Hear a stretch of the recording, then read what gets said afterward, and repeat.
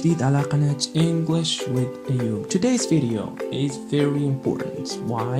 Because we're going to talk about expressing lack of understanding and asking for clarification. التعبير عن عدم الفهم المطلق، التوضيح. هذا الدرس مهم بزاف وعندكم I think في اليونت 2 بالنسبة للناس البكالوريا وحتى للناس اللي كتعلم اللغة الإنجليزية. اليوم غادي نتعلموا كيفاش نعبر على شي حاجة أنا ما فهمتهاش، كيفاش نطلب التوضيح ديال هاد العبارة. اوكي let's go. هنايا أنا حاولت نعطيكم pictures، نعطيكم images، نعطيكم واحد الصور اللي مرفقة بواحد dialogue هو conversation اللي هي قصيرة اللي غتبين لي شنو هما العبارات اللي نقدر نستعمل منين ما كنفهمش شي حاجة in English. Okay, so the first conversation اللي عندنا هنايا the last business was perilous.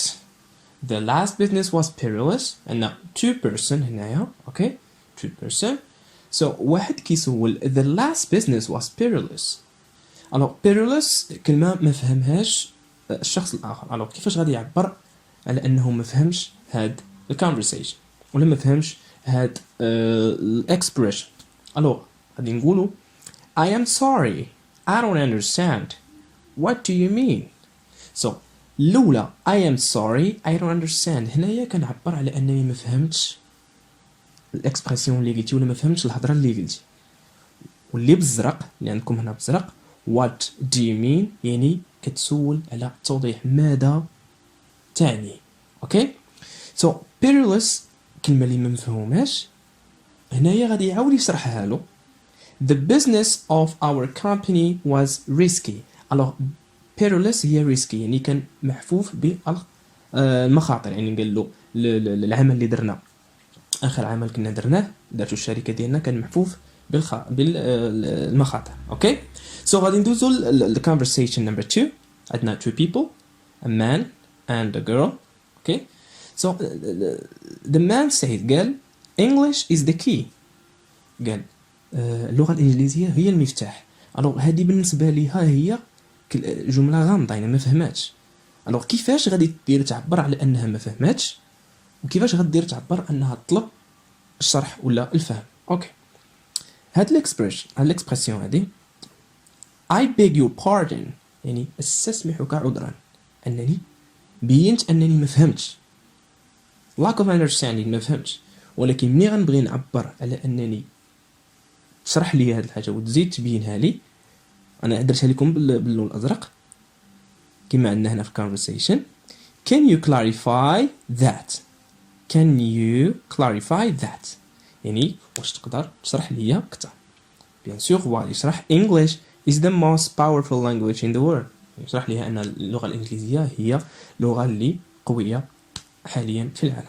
اوكي الوغ ندوزو. عطيتكم واحد طابلو هنايا اللي فيه بزاف ديال الاكسبريشنز، بزاف ديال العبارات اللي غادي نستعملوهم to express. هنايا express lack of understanding يعني كيفاش نعبر على انني ما فهمتش شي حاجه. وهاد لي زيكسبرسيون هنايا ask for clarification يعني غادي نسول على التوضيح. اوكي نبداو express lack of understanding. يعني كيما قلت لكم express please I'm sorry. هاد الاكس هنايا we have x not s. I'm sorry I don't understand. I beg your pardon. I don't see what you mean. Sorry I didn't get your point. I'm not quite following you. alors هادو كاملين دي زيكسبرسيون عبارات باش كنبين انني شي حاجه ما فهمتهاش.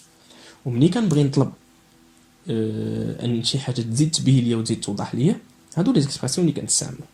Could you explain more please? Would you be more explicit?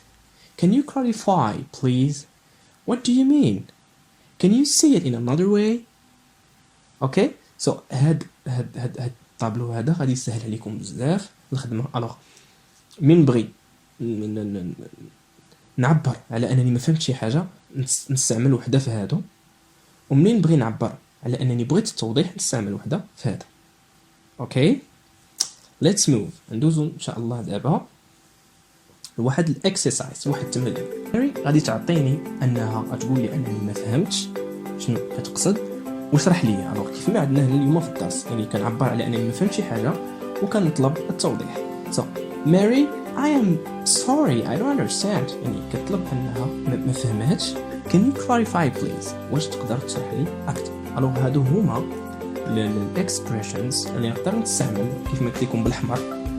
كيفاش نستعمل انني ما فهمتش I'm sorry I don't understand، يعني انني ما فهمتش الاكسبريشن ديالك ولا الكلمه ديالك ولا الهضره ديالك. Can you clarify please؟ واش تقدر تشرح لي اكثر؟ اوكي let's move. So هذا تمرين من امتحانات البكالوريا. هكا كيكون عندكم تمارين في امتحانات البكالوريا في الشطر ديال الجرامر ديال الفانكشنز. I'm sorry. Complete the following dialogue. Teacher, today we're going to talk about Islamophobia. Students, شنو نطلب منكم؟ Express lack of understanding and ask for clarification. هنا هكا كيعطيوها لكم بين قوسين، كيقول لكم عبر لي على انك ما فهمتيش وطلب يعني باش تطلب من الاستاذ انه يوضح لك اكثر. اوكي so today we're going to talk about Islamophobia. اليوم غنهضروا على الاسلاموفوبيا. الوغ الستودنتس ما فهمش، الوغ يستعمل لي في الاول واحد اكسبريس واحد he should express lack of understanding، يعني خصو يعبر لي على انه ما فهمش and ask for clarification ويطلب مني التوضيح.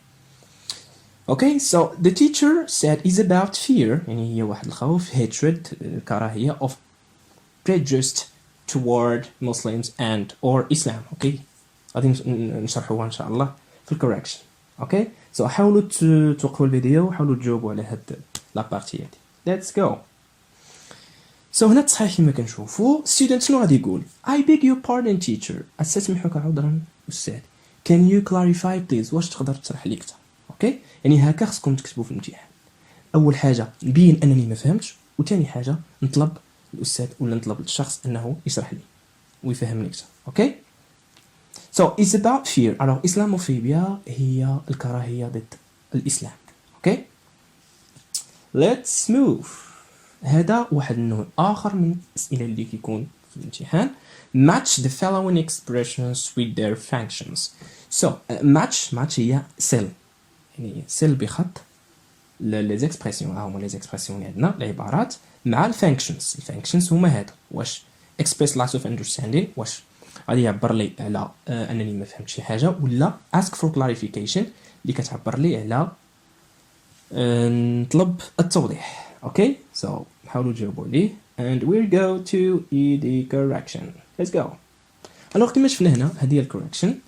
I am sorry I don't understand. Express lack of understanding. Can you clarify please؟ هنايا ask for clarification. هاي جات من clarify clarification. Okay.